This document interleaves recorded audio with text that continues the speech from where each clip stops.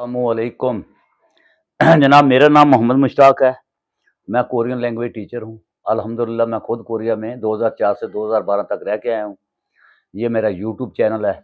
सबसे पहले तो मैंने सब दोस्तों से काइंडली रिक्वेस्ट यही करनी है कि आपने सब ने इस मेरे यूट्यूब चैनल को सब्सक्राइब लाजमी करना है और उसके बाद आइकॉन का बटन भी दबा देना है ताकि हर मेरी वीडियो आप तक पहुँच सके।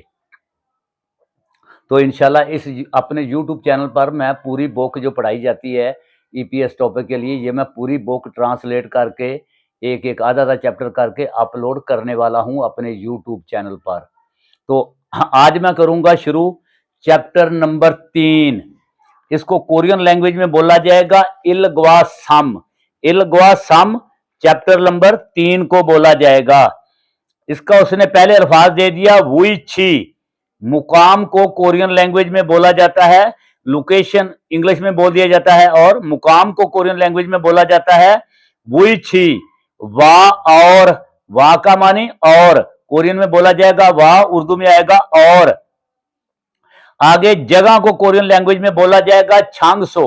छांगसो जगह को कोरियन लैंग्वेज में बोला जाएगा। आगे आ गया ओवी इल बोला जाएगा। वोकैबुलरी नंबर 1 को कोरियन लैंग्वेज में बोला जाएगा ओवी इल। और उसके बाद पहला उसने अल्फाज दे दिया जो है वो है फर्नीचर। फर्नीचर को कोरियन लैंग्वेज में बोला जाएगा खागू। खागू फर्नीचर को कोरियन लैंग्वेज में बोला जाएगा। उसके बाद उसने अल्फाज दे दिया वा, कोरियन लैंग्वेज का वा, और इसका मानी होगा और उसके बाद उसने दे दिया इलेक्ट्रॉनिक्स की एशिया, चीजें लगा लें, एशिया, दोनों तरीकों से ठीक है। इसको कोरियन लैंग्वेज में बोला जाएगा छौन जा रेंज, छौन जा जे फोम, छौन जा जे फोम। इलेक्ट्रॉनिक्स की एशिया को कोरियन लैंग्वेज में बोला जाएगा। पहली एशिया उसने चीज क्या दे दी है, उसने बोला कि एयर कंडीशनर। एसी को कोरियन लैंग्वेज में क्या बोला जाएगा, ए ओखोन। ए ओखोन एसी को कोरियन लैंग्वेज में बोला जाएगा। उसके बाद उसने दूसरा अल्फाज दे दिया बेड, भी इसको बोल देते हैं, बिस्तर भी बोल देते हैं सादा लफ्जों में। इसको कोरियन लैंग्वेज में क्या बोला जाएगा, छेमदे। छेमदे बेड को कोरियन लैंग्वेज में बोला जाएगा। उसके बाद आगे आ गया कुर्सी। कुर्सी को कोरियन लैंग्वेज में बोला जाएगा उईजा। उईजा कुर्सी को कोरियन लैंग्वेज में बोला जाएगा। उसके बाद आ गया किताबों वाला मेज, किताबों वाला टेबल, पढ़ाई करने वाला टेबल। इसको कोरियन लैंग्वेज में बोला जाएगा छेक सांग। छेक सांग किताबों वाला टेबल, पढ़ाई करने वाला टेबल को कोरियन लैंग्वेज में बोला जाएगा। उसके बाद उसने अल्फाज आगे दे दिया कपड़ों वाली अलमारी। इसको कोरियन लैंग्वेज में क्या बोला जाएगा, ओत चांग। ये लिखने में लिखा हुआ है ओत जांग, लेकिन ये ग्रामर पैटर्न लगा हुआ है, ये कोरियन रूल है। इसको बोला जाएगा ओत चांग, कपड़ों वाली अलमारी। और उसके बाद उसने अल्फाज दे दिया सोफा। सोफा को कोरियन लैंग्वेज में क्या बोला जाएगा, सोफा। सोफा को कोरियन लैंग्वेज में बोला जाएगा सोफा। उसके बाद आ गया टेलीविजन। इसको कोरियन लैंग्वेज में क्या बोला जाएगा, थैलेबीजी जॉन। थैलेबीजी जॉन टेलीविजन। उसके बाद आ गया ओवन। ओवन को कोरियन लैंग्वेज में क्या बोला जाएगा, छौन जा रेंजी। छौन जा रेंजी ओवन को कोरियन लैंग्वेज में बोला जाएगा। आगे आ गया वॉशिंग मशीन। इसको कोरियन लैंग्वेज में क्या बोला जाएगा, सेक थाकी। से थाकी बोला जाएगा वॉशिंग मशीन को कोरियन लैंग्वेज में से थाकी।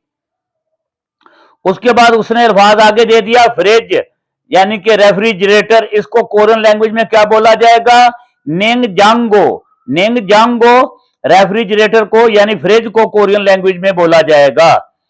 आगे आ गया सफाई वाली मशीन। इसको कोरियन लैंग्वेज में क्या बोला जाएगा, छंगसोगी। छंगसोगी सफाई वाली मशीन को कोरियन लैंग्वेज में बोला जाएगा। और उसके बाद उसने दे दिया खाने वाला मेज। इसको कोरियन लैंग्वेज में क्या बोला जाएगा, शेक थक। शेक थक खाने वाली मेज, खाने वाला मेज, इसको कोरियन लैंग्वेज में बोला जाएगा। उसके बाद जनाब आ गया मुन बॉप इल, ग्रामर नंबर 1 तीसरे चैप्टर की। ये क्या है? ई गा ते ईसौयो ते ई गा उपसौयो।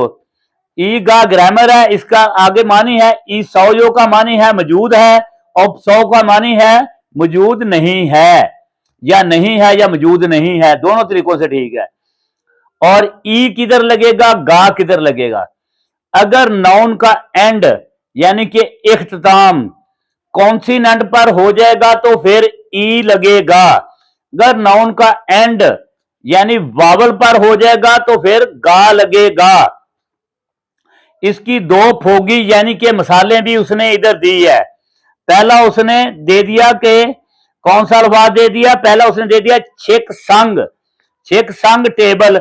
इसके साथ अब आखिर में इसके कॉन्सिनेंट आ गया तो ये क्या लगेगा? आगे उसने जुमला बना के भी मिसाल भी दे दिया। फोगी मिसाल को बोला जाता है कोरियन लैंग्वेज में। छेक सांगी ईसौयो, किताबों वाला टेबल है। छेक सांगी ईसौयो, किताबों वाला टेबल है। दूसरा उसने अल्फाज दे दिया थैले बीजी जॉन, टेलीविजन। आगे उसने बता दिया, इसके भी एंड पे कॉन्सिनेंट आ गया।